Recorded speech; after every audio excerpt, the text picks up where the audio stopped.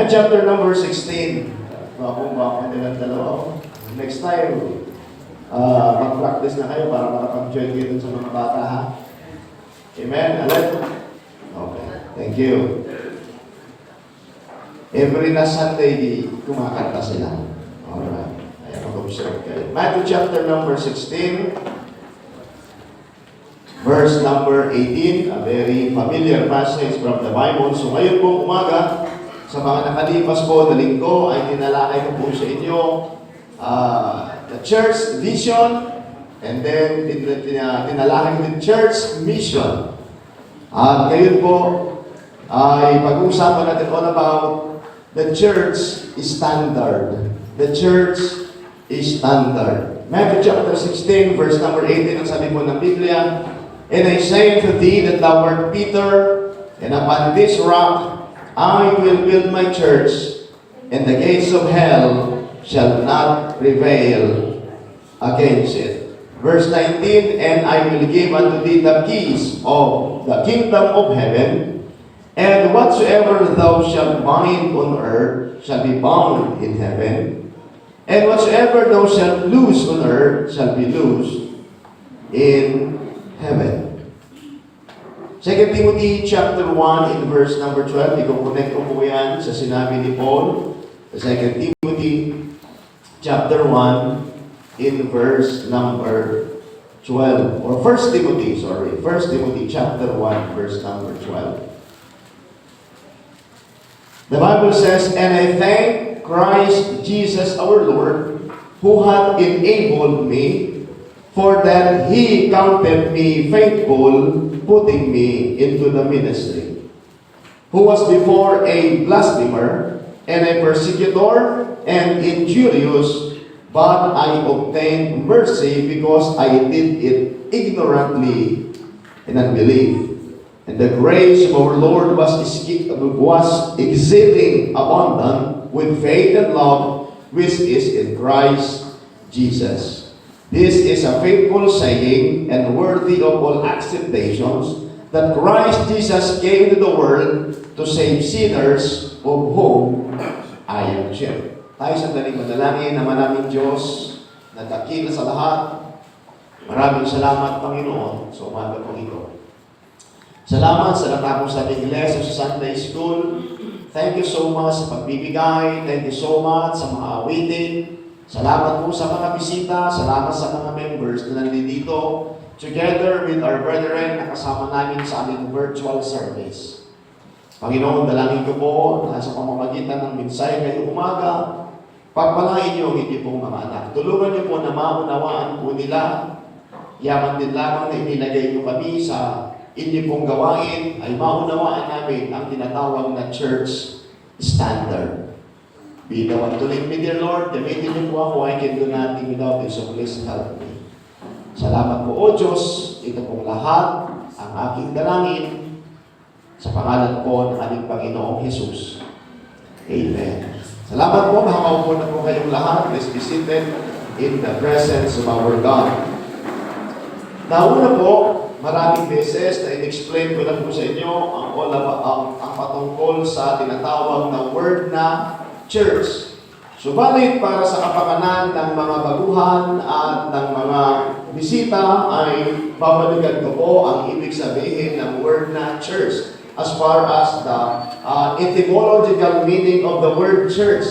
Galing yan sa tinatawag na Greek word na ekklesia, na ang ibig sabihin po ay called out ones or called out assembly. Meaning to say, the Lord Jesus Christ has something in His mind in establishing the church, sapagkat dapat natin maintindihan na ang Panginoon ang nag-establish ng church. Na ang ibig sabihin ng church ay it is an organized, baptized believers joined together in doctrine and in fellowship, carrying the Great Commission. Yan ang ibig sabihin ng church, or sa Tagalog ay iglesia. Nasa Greek word ay ekklesia, called out ones. Pag sinabing called out ones or called out assembly, tinawag mula sa kadiliman at inilagay sa isang lugar iniligtas ng Panginoon, inilagay sa lugar, at nagsasama-sama para sa isang dakilang layunin. Kaya nga, sa madaling sabi, galing tayo sa kadiliman. Pag sinabi din kadiliman, that is the picture of the world. Amen? Galing tayo sa kadiliman, picture of the world. Walang sistema. Of course, alam natin that the world has its own system. Subalit, nung tayo iniligtas ng Panginoon, inilagay niya sa church, sa tinawag na church, sapagkat ito yung grupo na o samahan ng mga taong iniligtas na nanggaling sa kadiliman upang tayo ngayon ay mag-function. Amen? Kaya napakahalaga na naiintindihan natin ang layunin. So, ulitin ko po, iniligtas tayo ng Panginoon galing sa kadiliman. Just imagine, kanya-kanya tayong pinanggalingan, saan man tayo nanggaling anuman, iba't ibang paniniwala, iba't ibang perspektibo sa buhay, pero salamat, iniligtas tayo ng Panginoon. Amen? Sino dito makakapagtaas ng kamay ng ibig sabihin ng pagtaas ng kamay, Pastor? Tinanggap ko ang Panginoong Jesucristo sa puso ko bilang tagapagligtas. Pagtaas ko ang kamay. Amen. Thank you. Now, kung hindi pa kayo nakakapagtaas ng kamay, sana ba pagtapos ng service ay kayo po ay gumawa ng desisyon na personal, na desisyon na gumawa kayo at gagawin ninyo na kilalanin at tanggapin ang Panginoong Jesucristo bilang inyong Panginoon at sariling tagapagligtas. Amen?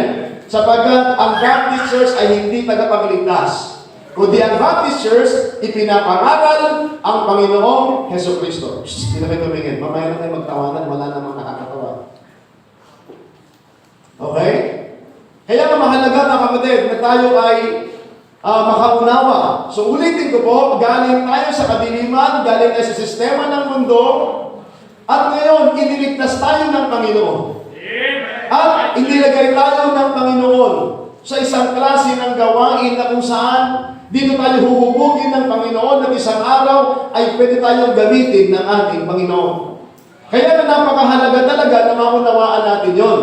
Kaya nga po, bilang inyong pastor, ay yung sinabi ni Paul dito, iwanan ko muna yung Book of Matthew at papunta muna ako dito sa sinasabi ni Paul dito. This is the testimony of the Apostle Paul. Nung kanya pong sinulatan si Timoteo bilang isang batang pastor doon sa Ephesus, ay narito ang kanyang ipinahayag ng sabi po ng Bible dito sa verse number 12, nandito yung kanyang patotoo. Pag sinabi din patotoo, ito yung katunayan, ito yung kanyang mga pahayag sa kanyang pagkakilala sa Panginoon. At ang sabi niya, and nagsimula siya sa isang katagang pagpapasalamat. Ang sabi niya, and I thank Christ Jesus, my Lord, our Lord, who hath enabled me.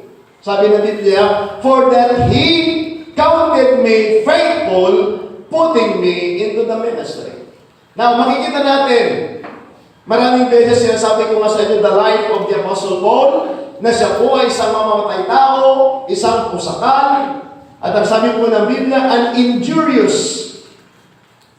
persecutor, blasphemers, hindi naniniwala sa Diyos, gumagawa ng labag sa Diyos. Pero salamat, iniligtas siya ng Panginoon. Naabot siya ng biyaya ng Diyos. Kaya ngayon sabi niya, naroon ang kanyang pagpapasalamat. At ngayong umaga bilang inyong lingkod, ako din ay nagpapasalamat sa Panginoon na ako din ay nakakilala sa Diyos at binigyan niya ng pagkakataon na maging bahagi sa gawain ng Diyos. At ngayon, dito ngayon tayo sa salapungan, nagsasama-sama tayo. Ako personally, itinalaga ng Panginoon na maging bahagi sa gawain at salamat na nakakasama ko po kayo. Kaya nga ho, salamat sa lahat na naging member ng ating simbahan. Salamat na pinili po ninyo na maging bahagi sa gawain ng Panginoon. By the way, napakahalaga na maintindihan natin na lahat ng ginagawa natin, yan ay bunga ng desisyon. Amen? Kaya yan, dito po sa simbahan natin, sabi ko nga, walang pilitan, kundi napakahalaga na magkaroon kayo ng conviction. Pag sinabi natin conviction, ay ito yung kayo ay fully convinced, convinced kayo na ang inyong pagpunta sa simbahan, ang inyong pakikibahagi sa simbahan ay inyong naiintindihan. Kaya lang ito kung sinasabi, makinig po kayong maigi upang nang sa ngayon pag-uwi ninyo ay meron kayong natandaan. Kaya bakit yung sinasabi dito sa simbahan na i-silent niyo muna ang inyong mga sermon, dito muna nakafocus when it's time to listen to the preaching of the Word of God. Nakasan niyo nga ako ng konti, nahihirapan ako, please. When it's time to listen to the Word of God, ay ito yung pinakamahalaga sa lahat. Amen? Kaya nga po, nobody is exempted sa pakikinig ng salita ng Diyos. By the way, ako po nagsasalita sa inyo every Sunday. Pero bago ko tumayo dito si Tuig, na ako ay patuloy naman nanalangin sa Panginoon, nakikiusap sa Panginoon. Nabigyan ako ng wisdom ng Diyos sa panahon na ako'y magsasalita, manalangin, ipakiusap sa Panginoon. At yan din ang aking itinuturo sa ating mga preachers na kinakailangan mag-beg tayo sa Panginoon, nabigyan tayo ng Panginoon ng wisdom at maibigay natin ang mensahe. Hindi kami tumatayo dito para entertain po kayo. Amen? Hindi kami tumatayo dito para bula-bulahin kayo. No, it's not. Although sometimes, nag-crack ako ng joke para kayo po ay magising. Nga lang, sabi ko minsan, mas natatandaan yung joke rather than yung mensahe. But anyways, so mga kapatid, napakahalaga na maintindihan po natin yon. Kaya po, even pagtapos ng service natin at may mga pagkakataon at maglalagay ng pagkakataon, ako po ay makikinig din ng salita ng Diyos. Amen? Salamat, meron po tayong pastor, si Pastor Hill, na aking pastor, na aking pinapakinggan, and some preachers, old preachers, na nangangaral ng salita ng Diyos. Kaya mahalaga po talaga yung pakikinig sa Panginoon. Sabi po ng Biblia, Romans chapter 10 in verse number 17, so then faith cometh by hearing, and hearing by the Word of God. Kung meron bang mga taong tumibay ang kanilang pananampalataya because of the hearing of the Word of God. That's why hearing is very important. Reading is important, but also hearing is important. But don't you know, brother, hindi lang doon nagtatapos. Kaya kung ano yung ating napakinggan, pinanamnam natin, and then there's gonna be a time that we will going to put it into practice. Ngayon, nandito po kayo, umuupo kayo, nakikinig ng salita ng Diyos, pinanamnam ninyo. Pero mga kapatid, paglabas natin, it's time to practice what we have learned. Amen? It's time to put it into practice yung mga natutunan. At salamat sa Panginoon na yung ating mga natutunan ay naisasabuhay na natin. Kaya nga iyan ang simbahan. Kaya nga pong napakahalaga. Sabi ko, salamat po. Kagabi, kinausap ko po yung ating mga staff, yung ating mga choir members na nandito, how I wish na nandito yung mga answers and some staff, but then, at least sabi ko, may mga uulitin ako sa mga sinabi ko po kagabi upang maintindihan ninyo what really the church is. Kaya mahalaga dito sa simbahan, kung ang simbahan ay mayroong vision, mayroong pananaw, kung ang simbahan ay mayroong mission, but also ang simbahan ay mayroong tinatawag na standard. Amen? Kaya nga, we will talk about church standard. Okay? Kaya nga, pag sinabi natin standard, of course, ipinaliwanag ko na ang ibig sabihin ng church.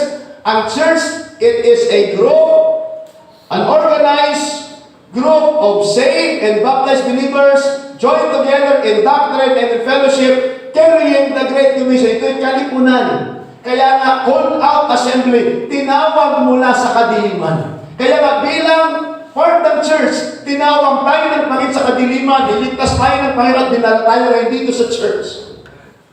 At salamat, kaya kinakailangan mag-function ngayon tayo. Kaya dito sa simbahan, nagsiset po tayo ng mga standards. Sabi ko nga po sa inyo, sa lahat ng aspeto ng buhay natin, sa ating gobyerno, meron tinatawag na standard. But most of all, and even the world has its own standard. But napakahalaga na dito sa simbahan ay meron din tayong tinatawag na standard. Sa Tagalog po ay pamantayan. Amen?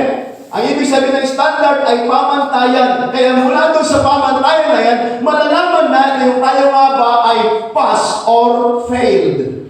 Amen? Example, sa eskwelahan, ang standard ng passing grade ay 75. Amen? Ngayon, kung hindi ka nakuha ng 75, failed ka. Repeater ka. Amen? Bagaman, yung iba ayaw na nila ng repeater. Pero, mahalaga dapat natututo tayo. Amen? Now, yan ang sinabi yung standard para makapasa ka. Kailangan lumapas ka doon sa standard. Kaya ano pong ibig sabihin ng standard? Ibigay ko muna yung meaning sa inyo. Pag sinabi natin standard is step-by-step instruction guide. Yan ang ibig sabihin. Or also, it is a level of quality. An established model used as a basis for comparison and judgment. It can refer as a rule or principle, a usual or acceptable level of achievement. Yan ang ibig sabihin ng standard. Sa Tagalog, sinabi ko na kanina, pamantayan. Amen? A level of quality, established model, used as a basis for comparison and judgment, a rule or a principle. Kaya napakahalaga na magkaroon tayo ng standard. Kaya dito po sa simbahan, napakahalaga na meron po tayong pamantayan. Dito sa simbahan, maririnig niyo po sa akin lagi that the Bible is the basis of our faith and practice. By the way, isa sa mga tinuturo natin sa simbahan is, sinasabi natin is, the church is executive and not legislative. Okay? Ano pong ibig sabihin ng the church is executive and not legislative? Pag sinabi natin legislative, mga kapatid, is ito po yung ating mga legislators na sila po ay mga gumagawa ng mga batas. Pero sa simbahan, wala na tayong ibang batas maliban sa salita ng Diyos. Ito ibinigay na sa atin. Kaya ang gagawin natin ay i-execute na lamang. Kaya nga bilang mga Kristiyano, i-execute natin ang mga kautusan na ng ating Panginoon. Nandito na lahat. Kaya nga po, the Bible is the basis of our faith and practice.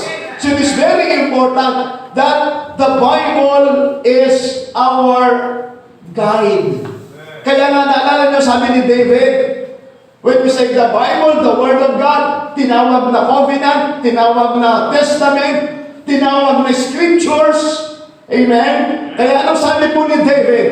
Thy word is a lamp unto my feet and a light unto my path. Sa paglakad natin, sa pamumuhay natin sa mundong ito, we really need the Word of God. Amen? Kaya ito na ito pong marinig nyo sa akin. Kung ikaw ay mag-aaral ng inhinyero, mayroong libro para sa inhinyero. Tama po ba? Amen? Kung mag-aaral ka ng magiging doktor, maraming mga textbook or batayang aklat sa pag-aaral ng mga doktor, medisina, of course, maraming klase ng mga doctors. Amen? Now, kung mag-aaral ka ng magiging teacher, mayroong mga libro. Mag-aaral ka ng nursing, may mga libro yan, may mga textbook. So also, ganun din, pag mag-aaral tayo ng mga bagay na patungkol sa Diyos, ito po ang kailangan natin. The Word of God, amen?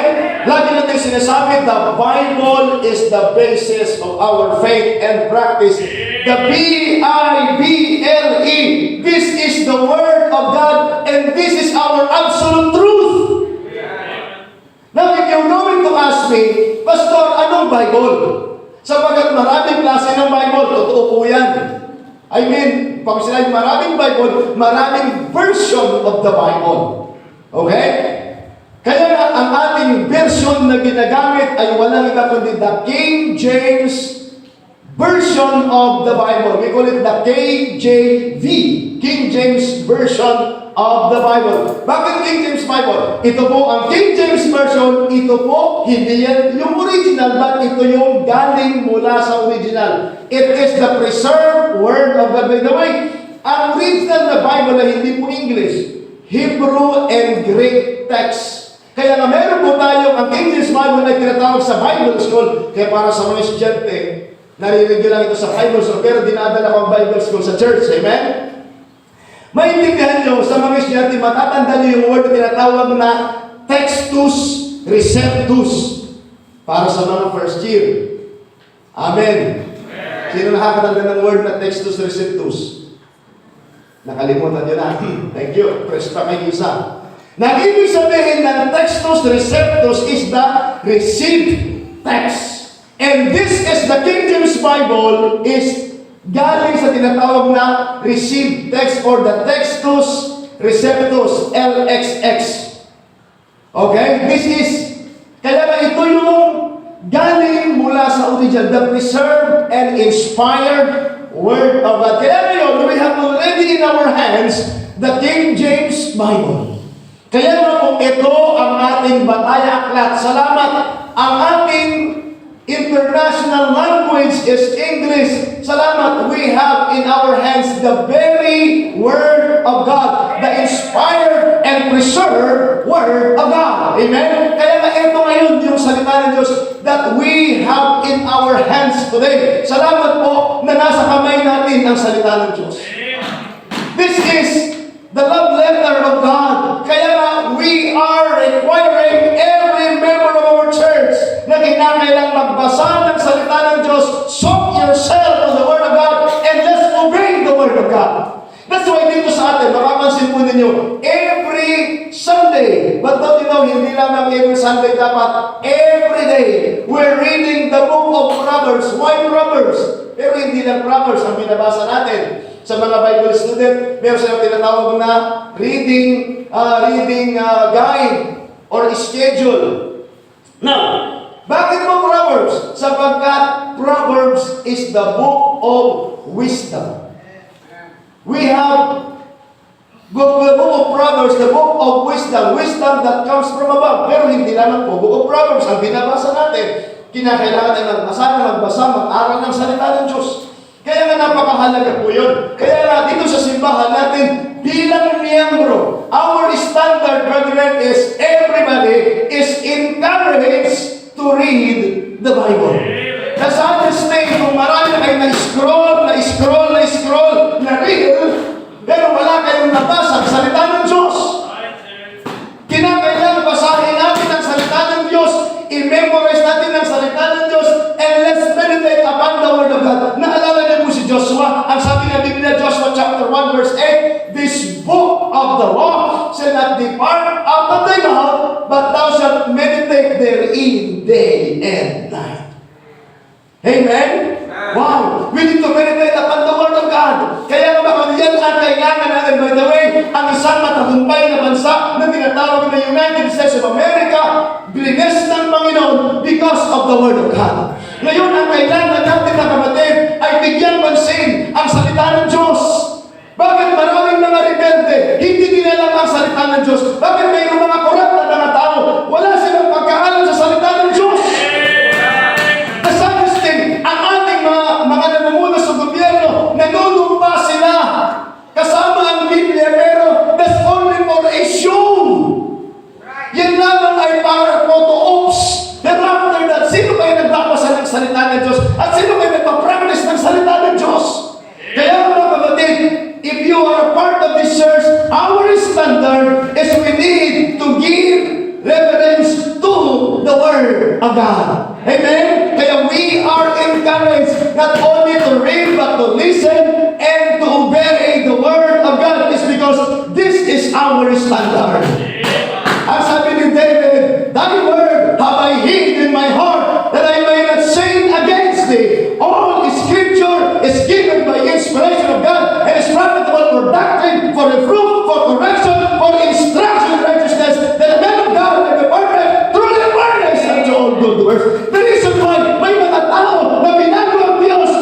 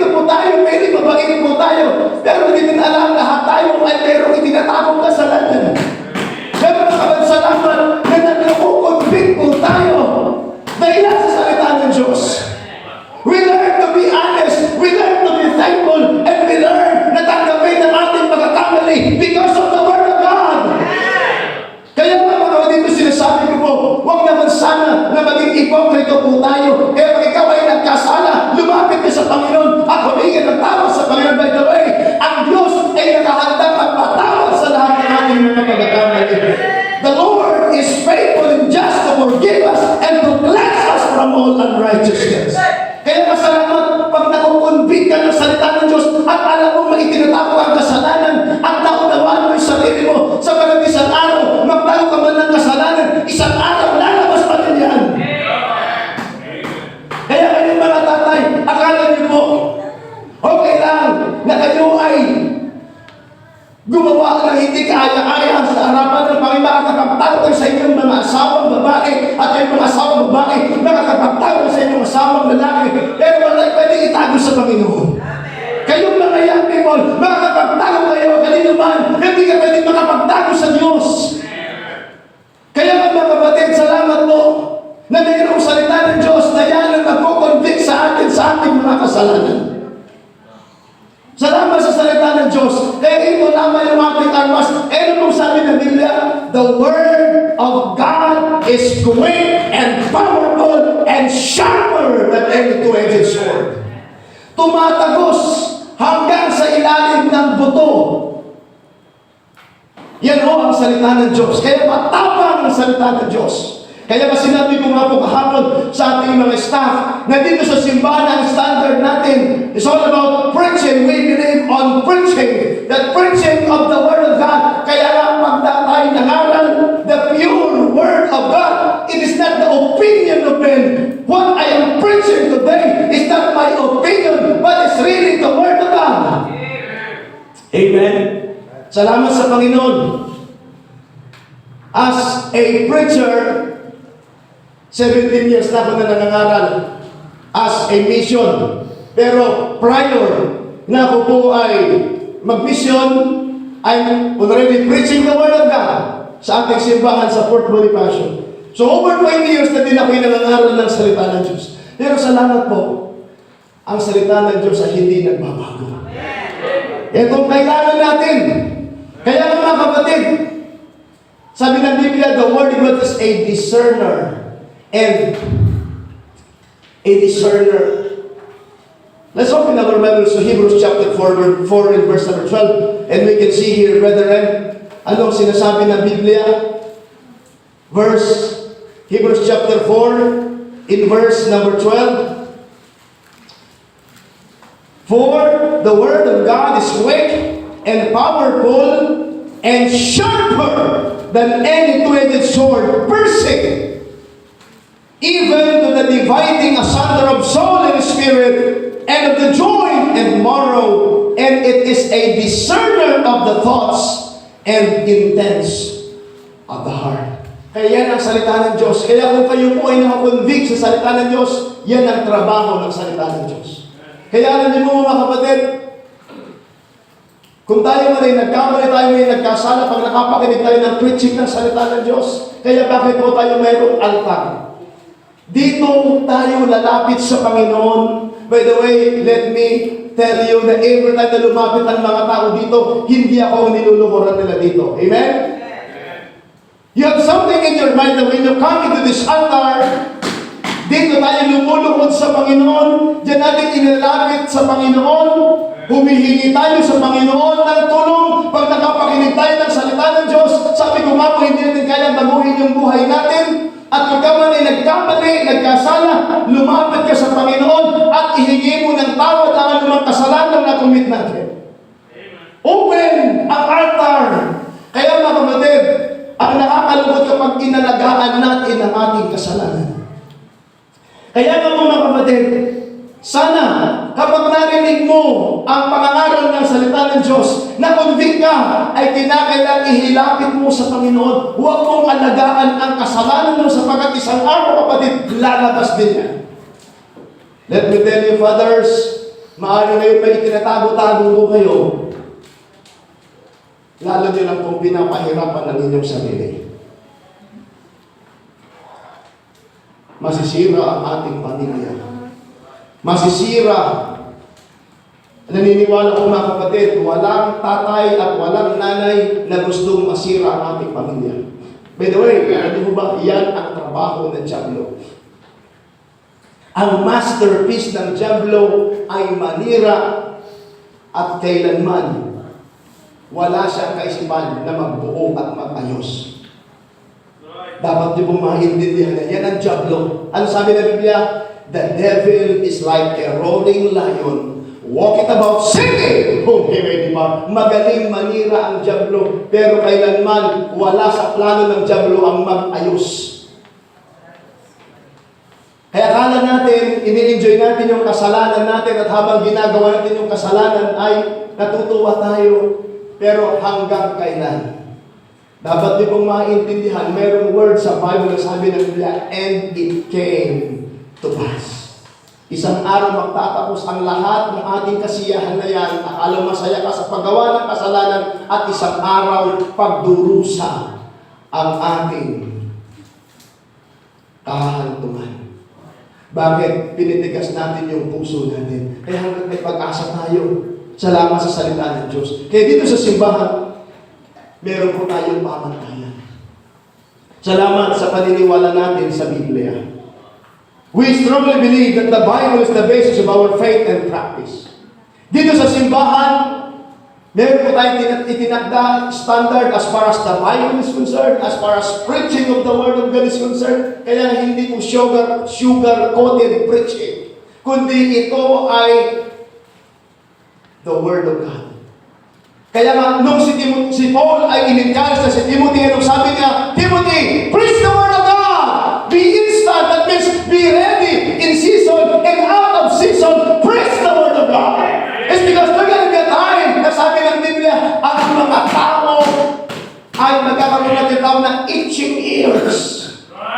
Mga tenga nila at gusto na lamang nila yung fables. Ano yung fables? Mga kwentong kutsero. Mga puro na lamang istorya. Istorya tupo-tupo. Ba sabi ng Biblia, kailangan nila ng Word of God. Amen? Kaya nga bilang preacher, that's always our prayer. At sabi ko nga po lagi sa mga preachers natin, ipangaral ang salita ng Diyos, not the opinion of men, but the Word of God. Sa kalang ito po ang ating mensahe. Ang mensahe ng Diyos. Salamat kung mayroon ang buhay na mabago because of the Word of God. Kaya mga kapatid, kapag ipinangaral mo ang salita ng Diyos, at the end of the day, sasabihin natin, praise God. Bakit? Because of the Word of God. Hindi sa ganito, hindi ang galing ninuman, kundi dahilan sa Panginoon. Kung mayroon bang isang tao na namuhay sa kasalanan, pero umalis siya doon sa kasalanan yun, bakit? Because of the conviction of the Holy Spirit of God. Naintindihan natin yung ating kalagayan.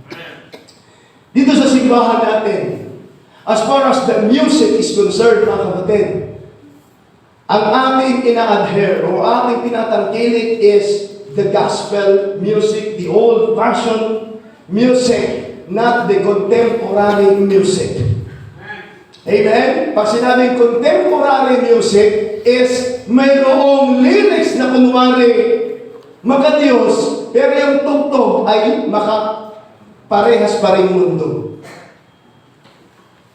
Kaya alam niyo po, mayroon pong isang sikat na mga awit.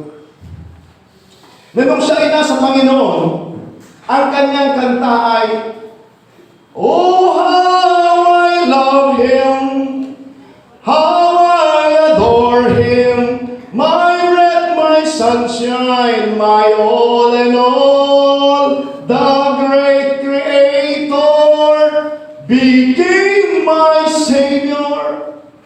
Ang title ng song ay Down from His Glory. Tumutukoy sa kadakilaan at kabutihan ng Panginoon. Noong nag-backslide, kumanta ng contemporary song and worldly song. Ang kanta niya, it's now or never. May kasama na sayaw yun, come home, be back. Kiss me, my darling, be mine tonight. Ganyan, parehas yung tugtog, pero yung lyrics ay iniba. Bakit? Worldly song. Ano po ang hinihikayat ng wordly song? Only nag-a-appeal lamang yan sa ating flesh. Kaya tingnan mo ninyo, malungkot kayo. Makinig ka ng nakakalungkot na kanta. Ano mangyari sa'yo? Maiiyak ka. Malungkot ka. Anong pinapakinggan mo? Maalaala mo ka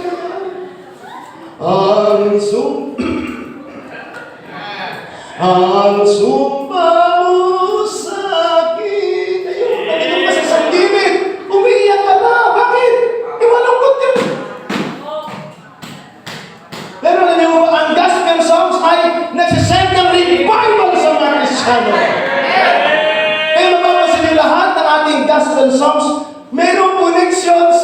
kaligtasan. Tingnan niyo po, yung ating hymn number 4, ano sabi niya? To God be the glory, great things He has done. So loved He the world that He gave us His Son. Sa chorus, praise the Lord, let the earth hear His voice. Wow! Magiging masaya na bakit? You are singing a song that is praising the Lord. Wow! Kaya mga kapatid, kaya dito po sa simbahan, naniniwala tayo sa tinatawag na gospel music, which is we lift up the Lord Jesus Christ. Amen? Kaya mga kapatid, hindi po contemporary.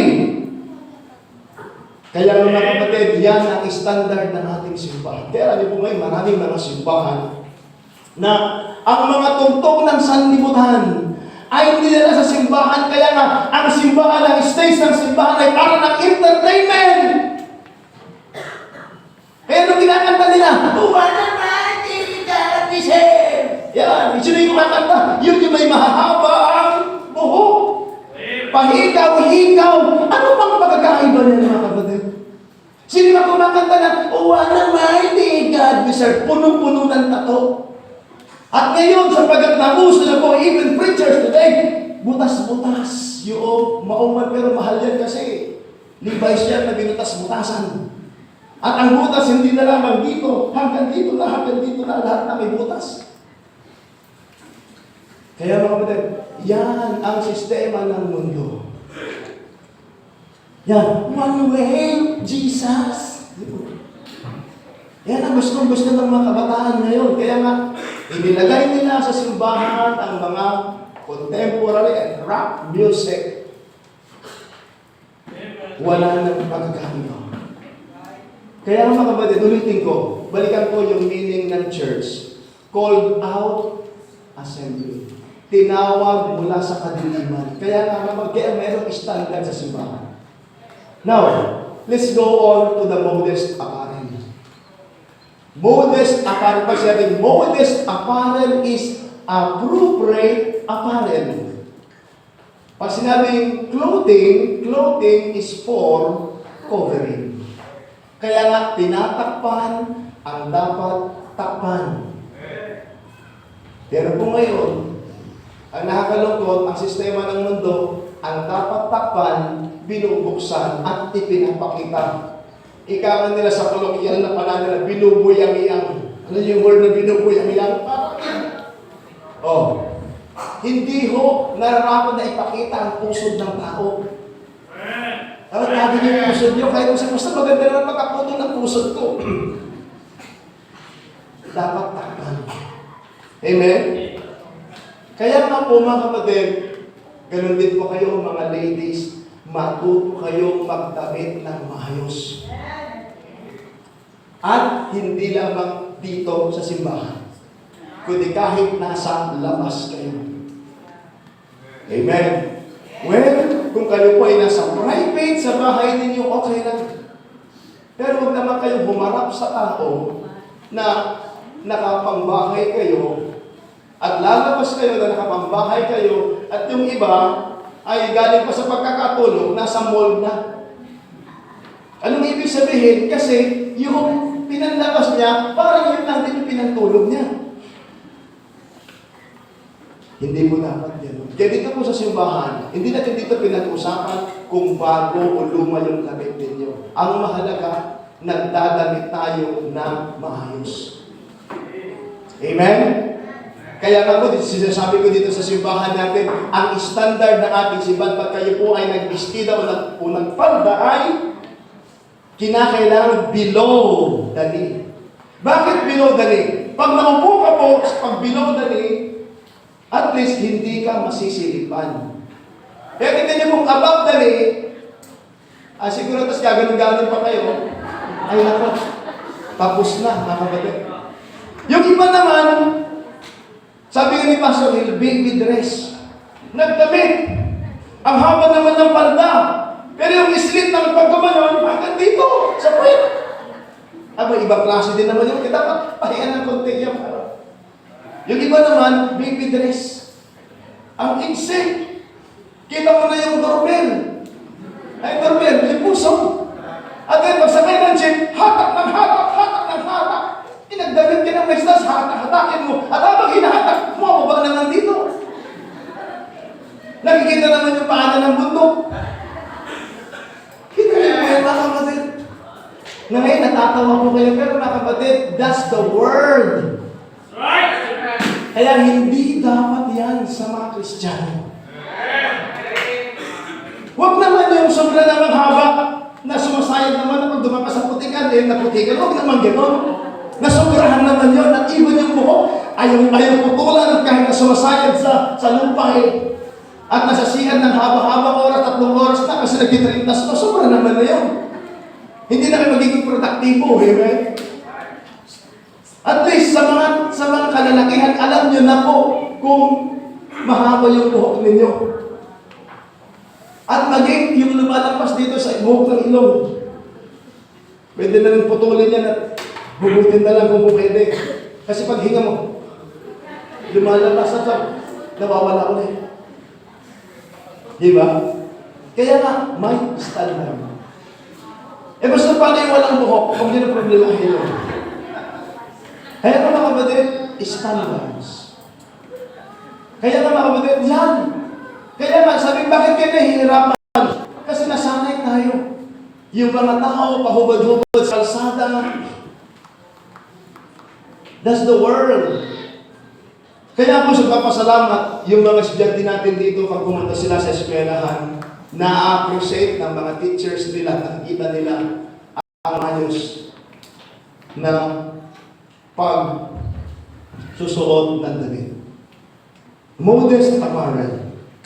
By the way, merong kasuotan ang mundo. Pero hindi dapat maging kaya ng mundo ang kasuotan ng mga Kristiyano. Amen? Now, as far as standard of giving is concerned dito sa simbahan natin, we practice tithes and offering because yan ang itinuturo ng Biblia. Sometimes, you get offended, but ang aking panalangin ay isang araw talagang mag-grow kayo as far as your giving is concerned. By the way, alam niyo po ba, ipinakita ng ating Panginoong Hesukristo ang maraming verse sa Biblia patungkol po sa pera. Sapagkat back in those times, sa panahon ng ating Panginoong Hesukristo, problema na ng maraming mga tao ang pera. Kaya, no wonder sinabi mismo ng ating Panginoon, from the very mouth of the Lord Jesus Christ, you cannot serve God and mammon. What is mammon? Money. Pera. Sinabi din po ni John, 2 John, sabi ng Biblia, for the love of money is the root of all evil. Hindi masaya, hindi masama ang pera, pero yung pagmamahal sa pera, yan po ang kasalanan. Kaya bakit mga tao, hindi nila ibibigay ang linggo para sa Panginoon? Kasi naghahanap ng pera. At sasabihin nila, baka magutom kami pag nagtrabaho ako ng linggo. Mga kapatid, kaya mahalaga na natututo natin mga bagay. Of course, naiintindihan ko na ang pagbibigay ng mga Kristiyano ay nakabatay pa rin sa paglago nila sa kanilang Kristiyanong buhay. At salamat po ito, sinasabi ko po lagi, na anumang napundar ng ating simbahan, hindi yan nanggaling sa ating gobyerno, hindi yan nanggaling sa Amerika, kundi yan ay sa biyaya ng Panginoon na nanggagaling sa mga miyembro na nakakaunawa at nagbibigay sa gawain ng Panginoon. You gave your tithes, you gave your offering, you gave your sacrificial giving. Amen? Na pag sinasabi ko mga kapatid, may project po tayo, mag-raise po ako ng commitment. Salamat sa Panginoon na may mga miyembro na nagre-respond. And look what we have today. Nandito sa auditorium may upuan at may pambayad po tayo ng kuryente dahil may mga Kristiyano nagbibigay. By the way, alam niyo, last time nagbayad ako ng kuryente, 16,000. At minsan, yung 16,000 na yun na po ang ating offering sa isang Sunday. Pero salamat po, pinuprovide ng Panginoon. Tumatakbo ang ating mga sasakyan at isa sa pinagkagastusan ng ating simbahan, transportation. Sa pagsundo natin, hatid sundo, at alam niyo po, araw-araw tumatakbo ang ating mga tricycles. Pero salamat po, may mga bata tayo na natuturuan. Salamat sa mga Sunday school teachers. Sabi ko, kung kayo po dito lagi nakikita ninyo, may mga extension classes tayo na dyan, yung mga batang maliliit.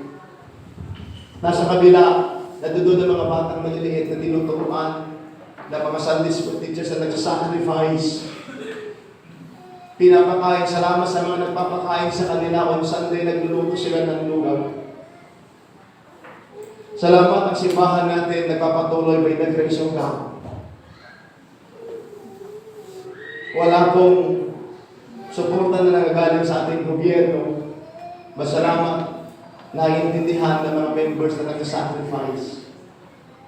Na anumang mga sakripisyo ninyo, naniniwala ako, na binabalik sa inyo ng Panginoon at natutuwa kayo na nagiging part kayo sa gawain ng ating Panginoon. Nakita niyo po, may mga batang kumakanta. Ito po batang ko, dito na. Robertson. Yan. Ito, bago lang sa dito, ilang buwan ka na dito na. Lakas ang buwas mga preacher, malakas ang boses. 2 years na pala dito, pero ngayon yan ang nagiging aktibo. Kapatid ni Yana at ni Brother Vic. At alam niyo, nung nag-meeting kami nung linggo, sabi ko, tinanong ko, sino sa inyo sa mga bata ang gusto niyo magpasko? At tinanong ko pala, ikaw anong gusto mo? Habang yung iba, sundalo, Coast Guard, Police. Sabi ko, marami na tayong ganyan dito. Pero, ako yung totoo, sabi niya, Pasto. Kaya sabi ko, alam niyo po ba, that day, nag-start na ako na manalangin para dito. Samahan niyo po ako. At ititry na natin, kayaman din na doon yung kanyang desire na isang araw magpagamit sa Panginoon. At least, nagpahayag na siya sa kanyang edad na ilang taon na. 10 years old. Alam niyo mo na okay na save? 9 years old. Nagpunta sa Sunday school, nag-backslide. Pero salamat, nagpunta ng Manila. Wala man akong pangarap na maging pastor, pero salamat naging bahagi. Kaya mga panalangin na natin. Ang batang ito, si Robertson ang kanyang pangalan, o kanya mapilido. Anak ni Brother Vic. Napabless ka na rin, di ba? Thank you. At least, kung kayo po ay nagbibigay sa gawain ng Panginoon, isa ng bunga po ito. Kasama ng mga taga-norte. At ngayon, first time na nag-join sa choir, sa mga bata. Salamat mga kapatid. Thank you, Robertson. At least, pero ito mahali po sa kanyang bumay ang simbahan ito. Kaya simulan na natin siyang ipanalangin at i-train na isang araw maabot ang kanyang pangarap. Alam ko, nandiyan mo magtatrabaho din. Hindi ganun kadali yun, pero we need to fight for this. Kaya mga kapatid, salamat sa inyong pagbibigay sa gawain ng Panginoon. At panghuli, dito sa simbahan po natin, ang standard natin mga kapatid, as far as the relationship is concerned, anong ibig kong sabihin tungkol sa mga ligawan o whatsoever, hindi tayo pumapabor sa tinatawag na untimely relationship.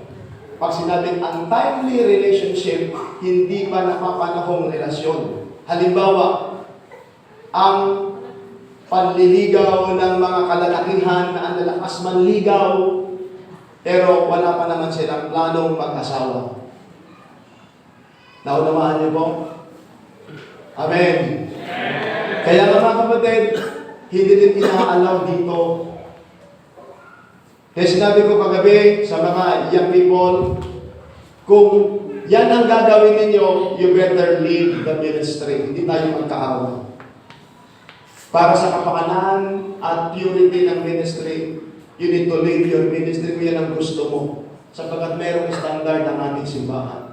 Hindi pwede na nakikipagligawan ka at meron kang karelasyon, at the same time, kakanta sa choir, magtatrabaho ka sa ministry. Hindi yan ang standard ng ating simbahan.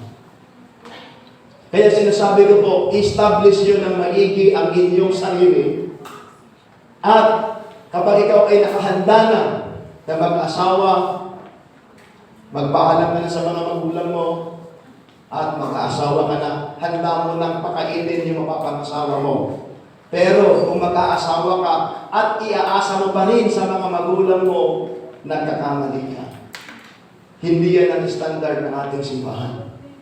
Amen? Naunawaan niyo po ba? Ganon din naman po sa mga kababaihan. Pastor, ang higpit naman! Bakit ganon? Upang maiwasan natin ang pagkakasala. Maiwasan din ang tinatawag na premarital sex. At alam niyo po ba, bakit maraming nabubuntis na wala sa tamang oras? Dahilan sa premarital sex. Kaya mga kapatid, ulitin ko, ang standard ng ating simbahan ay ito po ay inyong proteksyon para sa mga kabataan at para sa ating lahat. Kaya nga po mga kapatid, kinakailan mag-abide po tayo dito. Kaya nga po, ako ay mangungusap sa mga magulang. Kagabi, may mga question and answer dito sa meeting namin. Kaya sabi ko, gusto ko i-open ito as a church family. We are one family. Amen? Kaya nga po, sinasabi nila, Pastor, what if yung mga magulang hindi naman miyembro or sa mga magulang nila ay pinapayagan nila na ang kanilang mga anak ay magpaligaw sa edad na 15, 16 o 13 pa. Sabi ko, ngayon, kung napunta dito sa simbahan, ang susundin nilang standard ay yung simbahan. Pero kung susundin nila yung magulang nila, you will go to leave the ministry. Ganyan po tayo dito. Kaya nga dapat meron tayong pamantayan. Kaya nga, hindi ba napakaganda? Ako naintindihan ko, magulang din po ako. Pero salamat po, diyan ako pinagpala ng Panginoon. Masasabi ko po na ako'y nag-asawa ng ayon sa pamamaraan ng salita ng Diyos. Bilang manggagawa ng Panginoon, sinipagan ko lamang po sa church, sa pagtatrabaho at dumating yung panahon bilang isang staff ng simbahan, worker ng church. Nagpaalam ako sa ating pastor, pwede po ba akong mag-asawa? At salamat sa Panginoon, nakita niya naman po yung aking tinatrabaho. At inalaw ako na manligaw na. At nung ako po ay nagkaroon ng nagkasundo na kami ni Sister Tess, kami po ikinasal. Salamat po sa Panginoon. With the support ng ating pong simbahan. At ngayon nandito kami sa ministry. Kaya nga po, sinasabi ko ito ang sistema ng ating simbahan. Now, kung sa may ibang simbahan ay inaalaw nila, okay lang sa kanila yun. Sapagkat sabi ko nga, sa bawat simbahan ay meron kanya-kanyang pamantayan. If you are a member of this church, kung ito yung inilatag kong prinsipyo at standard ng ating simbahan, sa tulong at biyaya ng Panginoon, susundin natin ang mga pamantayan at sasabihin ko po sa inyo, you will be blessed. Amen. Next Sunday, tatalakayin ko po sa inyo the importance of having a high standard. Ano ang mga benepisyo pag mayroon po tayong standard? Mga kapatid, ang pagpapamilya ito ay napaka-sagrado sa harapan ng Panginoon. At bilang simbahan, mga kapatid, kung susundin natin ang salita ng Diyos, may gagabay natin sila. Tayo ay magiging katulong ng mga kabataan na isang araw mag-i-establish ng isang makadiyos na pamilya. Lagi niyo pong maririnig yan sa akin, wala pong perfectong pamilya, pero dapat may makadiyos na pamilya. Kaya ako'y makikiusap sa bawat kapatiran, member ng ating simbahan, manalangin tayo sa Panginoon na sa tulong ng Panginoon ay masusunod natin ang prinsipyo ng salita ng Diyos for a testimony to the world. That is the very purpose of standard. By the way, ulitin ko yung meaning ng simbahan as I close, called out assembly. Tinawag tayo mula sa mundo, ihiniwalay tayo. Kaya nga, pag sinabi natin holiness is being set apart for a definite purpose. Tinawag tayo ng Panginoon para maging liwanag. Amen? Para maging liwanag. Kaya nga po, makikita mo talaga yung pagkakaiba kapag tayo ay sumunod, batay sa balangkas ng salita po ng Diyos. Kaya nga magiging magandang patotoo ang simbahan sa mundo kung tayo po ay sumusunod sa salita po ng Diyos. Ulitin ko po, mga kapatid, bilang inyong pastor, ito yung mga bagay na aking pinapractice, tinanggap mula sa ating simbahan sa Fort Bonifacio. Yan ang aking ipinapahayag sa inyo batay sa balangkas ng salita ng Diyos. Siguro maaari ngayon hindi nyo maintindihan. Sapagkat maraming mga young people hindi na naintindihan yung pamantayan ng ating simbahan. Ito na lamang, paghuling ilustrasyon, ulitin ko na naman. Kung ayaw mong mahulog sa bangin, huwag kang tumayo sa gilid ng bangin. Pinakamaganda, lumayo ka para hindi ka mahulog. Sino yung mga nahulog? Yung mga tumayo sa gilid ng bangin. Sino yung mga nagkamali, nagsumablay? Ilan na pong mga young people ang nakaranas ng ganito, hindi lamang dito sa atin, doon pa man sa ating simbahan sa Fort Bonifacio, napakarami na. At ngayon, sila po ay nagsisisi. Nasabi nga nila, kung may babalik ko lang. At sasabihin na, sana nakinig na ako. Sana ako na nakinig sa preaching ni Pastor. Sana. At doon mapasok yung sinasabing sa huli ang pagsisisi. Kaya nga po, even sinasabi ko po dito sa simbahan natin, kung alam ninyo ng isang tao ay gumagawa, labag na sa prinsipyo natin, kinakailangan ipagbigay alam ninyo, upang nang sa gayon, mawarningan siya, makausap siya, at mapaalalahanan siya, baka nakalimot siya. Kaya nga, sinasabi ko nga po na huwag kayong magsimpatya. Kaya nga, the word connivance. Huwag kayong maging kasabwat. Ang totoong, kung magalit sila, halimbawa magkaibigan kami ni Vince at gumagawa siya ng kalokohan at sasang-ayunan ko, hindi tama. Ngayon, kung halimbawa kaibigan niya at sinabi ko ang kanyang kasalanan, ang kanyang sikreto, ay magagalit siya sa akin, okay lang.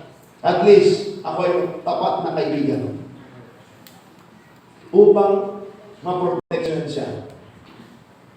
Kaya mga kapatid, nandito lagi ang simbahan natin nag-warning, nagsasabi ng tuturo. Sana huwag na pong mangyari po sa inyo. Napaganda na sumusunod tayo sa salita ng Diyos. That is standard. Marami pa tayong ililay na at marami pang nakasunod yan ng mga series of lesson. I hope, mga kapatid, hindi ko kaya pupusin sa isang preaching lamang. At ang aking dalangin, naunawaan po ninyo ang pamantayan ng ating pong simbahan. Mga kapatid, walang magaling sa atin, biyaya lamang po ng Panginoon. I hope there's something this morning. Tumayo po tayo lahat ng manaming Diyos. Salamat po sa oras po ito.